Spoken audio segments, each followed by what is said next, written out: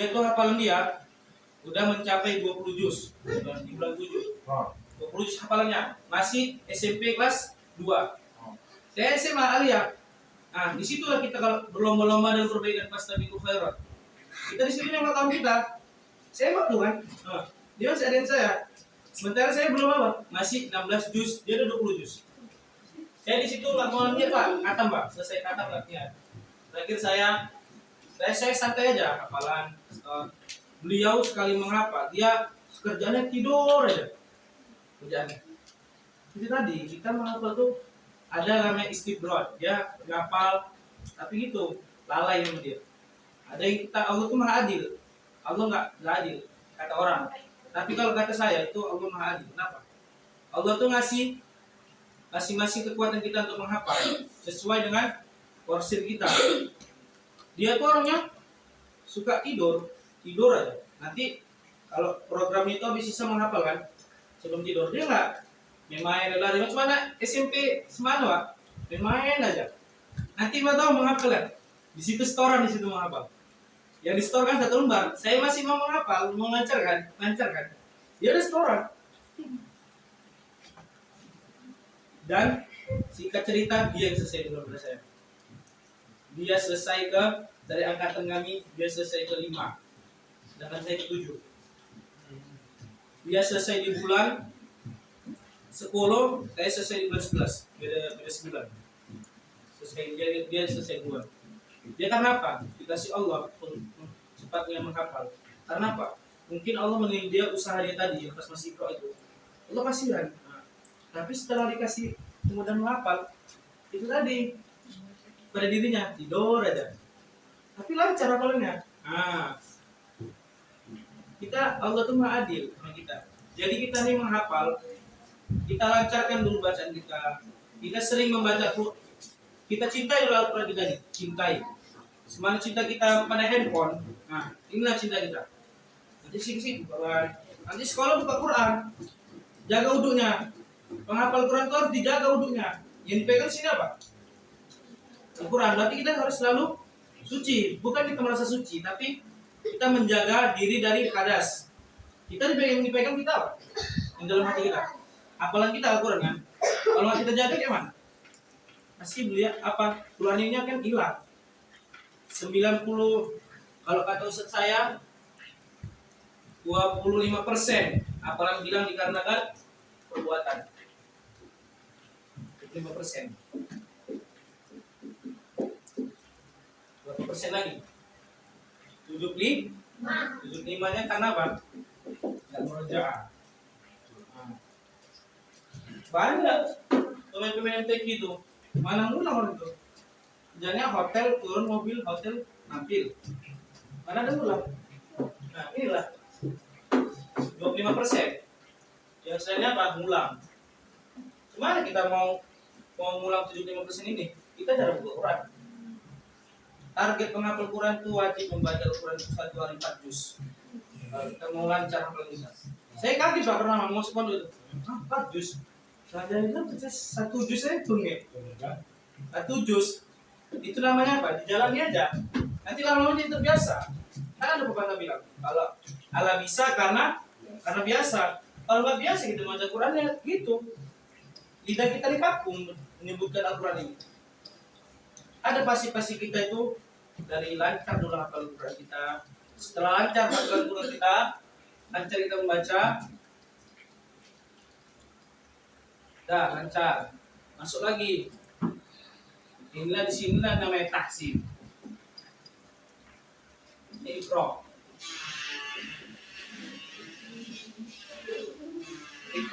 Lancar kita membaca Al-Qurannya, perbaiki bacaan kita. Itu apa? Apa saja? Huruf-huruf kita, silatul huruf kita, apalagi ini termasuk tahsin. Nah, membentukkan bacaan. Prakteknya dulu. Teori ini harus juga, karena teori ini nggak bisa kita mengajarkan orang kalau tidak ada teori. Jadi dua-dua itu sama-sama penting. Itu rajinnya kita. Penghafal Quran itu biasa membaca Al-Quran. Nggak ada lagi. Audio bilang itu sampingan, bonus. Kalau kita udah bersama Al-Quran, Dia kasih tahu adik-adik sekalian. Insya Allah hidup kita tuh ada aja dikasih Allah. Semua kita dimudahkan. Semua. Apa yang ada kita dikasih. Percaya, Pak. Kalau kita udah pegang Al-Quran kita, udah kita, tapi niat kita itu pertama. Innamal a'malu binniyat. Nah, semua perbuatan itu tergantung apa? Niat kita. Kita menghafal Quran ini karena apa? Ingin apa? Dipuji. Gak usah menghafal. Ingin apa kita menghafal Quran? Karena ingin apa? Ingin biar kita nanti ingin biar baca Quran, nanya Quran lagi, jadi mana-mana bisa baca Quran. Itu bagus. Kalau saya dulu nggak ada, dia saya mau Quran, jujur Pak. Saya ingin masuk pondok, selesai. Saya ingin masuk pondok, dan setelah saya itu ditanya, kelas berapa nak? Kelas 3 Ustaz. Terus saya punya yayasan gini. Langsung saya di training 3 bulan. Kuota kita tinggal 4 orang lagi. Tinggal 4 orang. Yang sementara yang diterima hanya 10 orang. Berarti yang diterima udah 6 orang kan? 4 orang lagi belum. Nah ini udah ada yang lulus nih. Nah 3 orang. Usah saya ini gitu orangnya. Menjatuhkan aja. Kalau kita menjadi santri yang tidak mengerti guru kita pasti apa? Sakit hati ya. Guru itu nggak pernah salah. Guru itu nggak pernah salah. Guru itu pasti sayang kita. Nggak pernah guru itu benci kita. Percaya sama saya. Maksud guru itu selalu benar. Dia ngomong kayak gini biar apa? Dan saya itu betul-betul yang di 3 minggu itu. Terus saya menghafal. 3 minggu saya training. Saya dapat hafalan saya 6 lembar. 3 minggu. Itu masih baru-baru menghafal. Dan surahnya itu surah Al-Anbiya, terkenal dengan surah susahnya. Di situ saya dikasih trainingnya sama ustaz saya. Dan terbentuk niat seorang ustaz itu kan baik, biar kita itu menjadi yang baik. Setelah itu saya pasrah, mau lulus atau enggak saya pasrah. Saya memilih, udah saya kalau lulus saya ingin masuk. Saya niat saya masuk. Pertama saya lihat pondok saya, nggak niat kita mulai. Ingat, ini.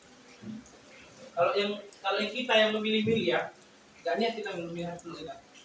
Karena saya niat tadi, saya bilang sama bapak saya udah masuk aja, masukkan. Dimasukkan sama bapak saya, ditetapkan. Training saya 3 minggu itu. Setelah itu saya diterima lah, alhamdulillah. Setelah saya diterima, gelombang satunya, rupanya gelombang 2-nya kayak gini suaranya, Pak. Berarti kan bukan gini, bukan kuota.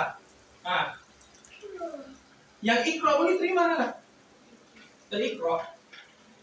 Dan alhamdulillah yang dari Iqra itu yang sukses menghafal itu 3 orang. Sampai sekarang ada yang masih hafalannya 16 juz. 2 orang yang dari Iqra sukses 30 juz. 30 juz dalam waktu 2 tahun setengah. 2 tahun setengah. Kita tuh kalau menghafal itu kan jenuh kan? Baru menghafal berapa? Bila malam ini jenuh kita kan?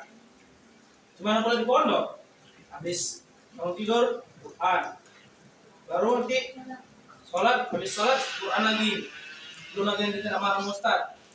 Habis itu apa lagi? Dipegang Quran lagi, murojaah dari jam 8 sampai jam 11, nggak boleh tidur. Ustaz ini gimana? Main HP saja. Pegang ini, kalau kita tidur. Saya nggak pernah nampak Ustaz saya mengulang. Belajar, tapi apa? Belajar lancar. Dia mengulangnya nggak lagi jahat. Dia diam gini ngulang tuh. Ngulang dia. Lihat cerita sama saya. Berbeda sistem ngulang kita. Ngulang itu ada tingkatannya lagi. Makanya kita 30 juz. Kalau kita sudah menghafal 1 juz, masih ada lagi di 2 juz dan kita sombong. Kalau kita menghafal Quran jangan sombong. Kalau sombong itu tadi hilang, buyar apalagi perbuatan, karena perbuatan kita. Jadi akhlak kita ini penghafal Quran harus dijaga. Gak tahu orang hafalan kita itu berapa juz. Kalau akhlak kita seperti habis, disuruh kita maju imam. Yang kita apa? Akhlak pertama. Adab. Al-adabu fawqal ilm. Al-adab, adab lebih tinggi daripada ilmu. Fawqa, bukan ala lagi. Kalau ala itu ini ala, ini Quran ala. Quran di atas meja. Kalau fauqa itu udah tingkatan tinggi lagi. Langit. Fauqa namanya. Kalau dalam kaidah bahasa Arab. Jadi, betapa tingginya ilmu, betapa tingginya adab daripada ilmu. Jadi kalau kita membutuhkan adab kita bagus, Ustaz itu pun sayang sama kita. Saya itu sampai dibodohkan lagi maksudnya. Bodoh lagi kok. Sini berapa bulan, 1,5 bunda pun nggak tahu. Dibodohkan, tapi kita apa? Dalam hati kita. Situ terpacunya. Angkatan saya 38 orang. Yang bertahan 8 orang. Alhamdulillah orang sekarang mengajar di pondok. Satu lagi kan saya pegang 2 pondok kan saya. Di Al-Azhar Boarding School di Tembung. Satu lagi Rumah Tahfiz dan Zani. 2 lagi orang ngajar di pondok Abdi. Satu lagi sekolah lanjut di Zani. Karena orang 30 Islam SMP, makanya segini-segini ini banyak peluangnya lagi. SMP ada 30 juz. 3 tahun lagi melancari. Udah tamat tinggal saya kita. Udah menghafal kan? Apa lagi? Semua digenggam kita. Sumber ilmu di mana? Di Al-Quran. Saya kuliah, nggak pandai saya bapak. Tapi ada aja tuh keluar dari otak. Gak ada bang Al-Quran itu bodoh. Gak ada. Dia nggak bodoh, tapi dia tahu apa aja. Karena orang itu menyimpan. Setiap orang berbicara, dia langsung menyimpan di mindset otaknya.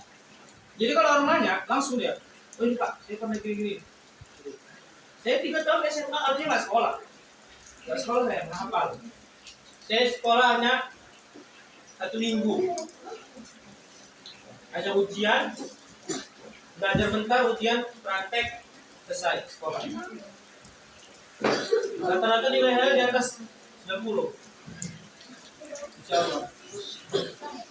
Menghafal Quran itu nggak bisa jadi sampingan kalau udah selesai.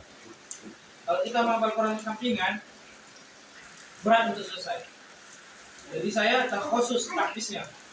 Keluar saya SMP, dari SMP Budi Mulia, saya langsung ke sana. Dan tempat saya masih ada di Aceh sekarang. Doakan beliau tahun ini selesai. Insyaallah. Amin. Jadi salam sini juga Pak. Itu kita tuh berkawan tuh dengan orang baik. Bukan kita harus sama yang baik aja. Saya bandel sini, bukan bandel yang terlalu. Itu bicara, itu bicara. Guru yang paling salut boleh. Saya itu dari SMP. Dia tuh ngajarkan santai,